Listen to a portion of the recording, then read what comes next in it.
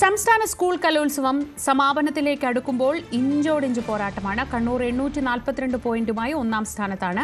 834 പോയിന്റുമായി കോഴിക്കോട് തൊട്ടുപിന്നിലുണ്ട്. മൂന്നാം സ്ഥാനത്തുള്ള തൃശൂരിന് 832 പോയിന്റാണ്.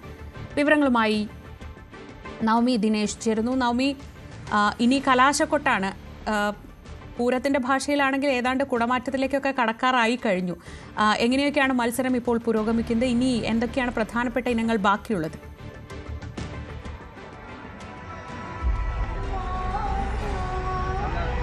ശ്രീജ, ഞാനിപ്പോൾ നിൽക്കുന്ന ഈ ഒരു മൈതാനത്ത്, തേക്കിൻകാട് മൈതാനം നിറഞ്ഞിരിക്കുകയാണ്. ഈ ഒന്നാമത്തെ വേദി, ഈ ശംഖുപുഷ്പം, അവിടെ ഇപ്പോൾ നാടോടി നൃത്തം നടക്കുകയാണ്. അങ്ങോട്ടേക്ക് അടുക്കാൻ പറ്റാത്ത അത്ര തിരക്കാണ്. നമുക്ക് ആ ദൃശ്യങ്ങൾ കാണാം. ആളുകൾ നിന്നൊക്കെയാണ് കാണുന്നത്. അടുക്കാൻ പറ്റാത്ത തിരക്കാണ്. അത്രയേറെ ജനസാഗരമായിരിക്കുകയാണ് തൃശ്ശൂര്.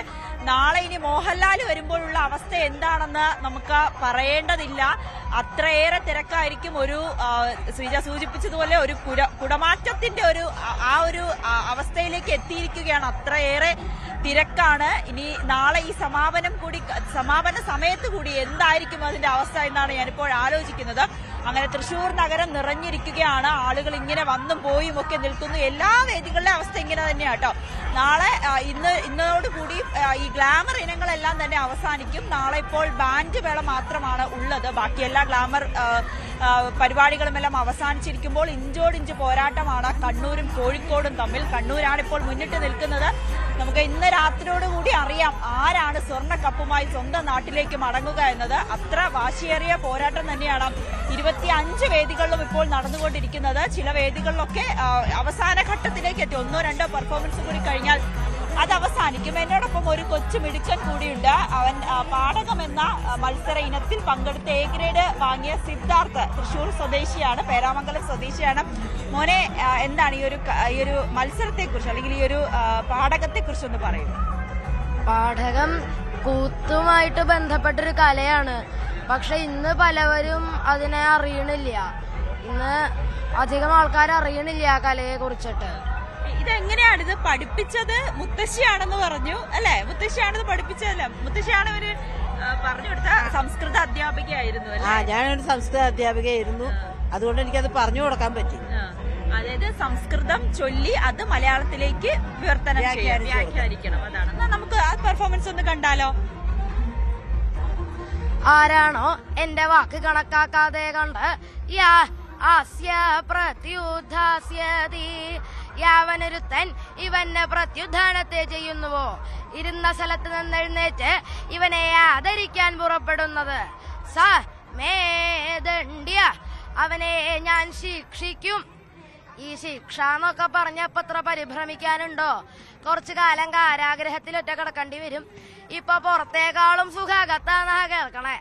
അനവധി കേമന്മാരകത്ത് കിടക്കണ്ടല്ലോ. പണ്ട് ഭരിച്ചേർന്നവരുൾപ്പെടെ ഇനി അനവധി കേമന്മാരങ്ങനെ പോവാനും ഉണ്ടെന്നാ കേൾക്കണേ. അപ്പൊ കാരാഗ്രഹവാസം പരിഭ്രമിക്കണ്ട എന്നാണെങ്കിൽ അതല്ല എന്റെ ശിക്ഷ.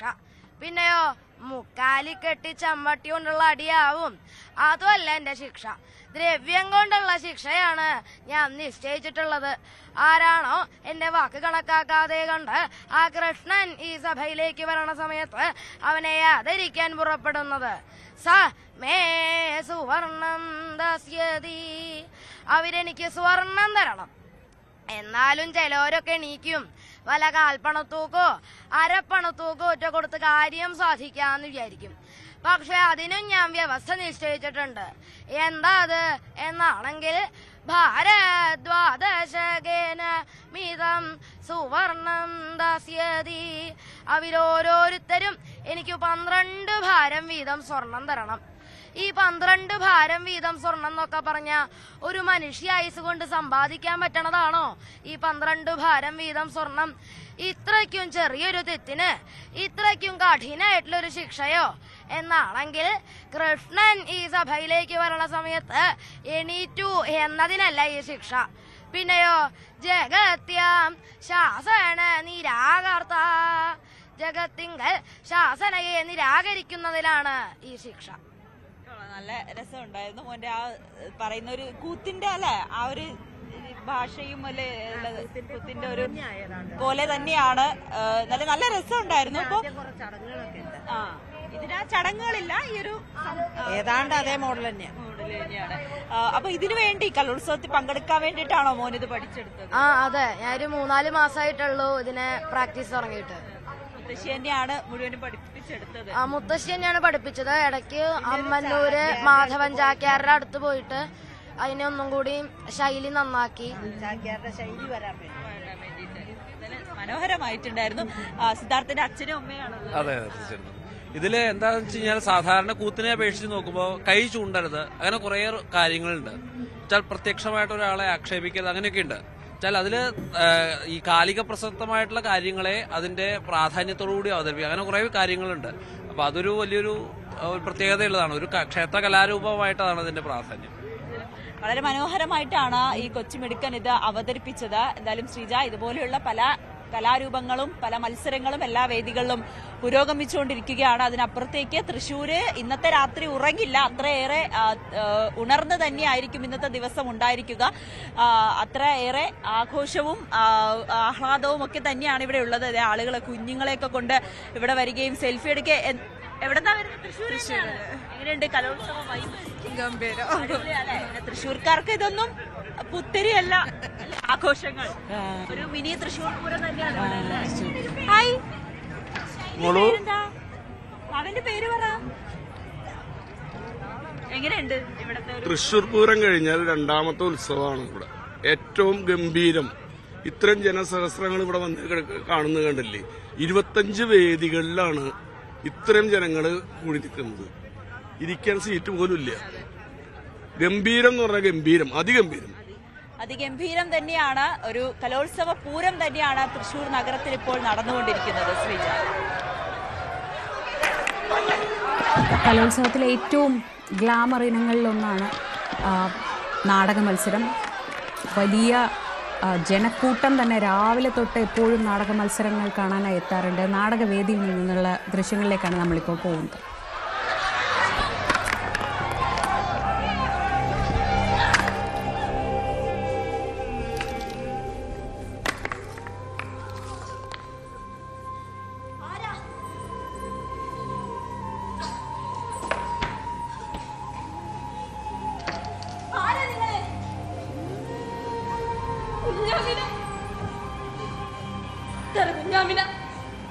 നിങ്ങൾക്ക് എന്താ പറ്റിയേ? നെറ്റിയിലൊക്കെ മുറിവുണ്ടല്ലോ. നല്ല കാലത്ത് എന്റെ ഈ ശരീരം പോറ്റി, ഈ ശരീരത്തെ പോറ്റാനേ ഞാൻ പാടുപെടുക. കുറെ ആളുകള് എന്റെ ഈ കുറ്റിക്കാട്ടിലെ കൊണ്ടിട്ട് എന്റെ കാശും ഉടുതുള്ളി പോലും ഒരു പറിച്ചുണ്ടോയി.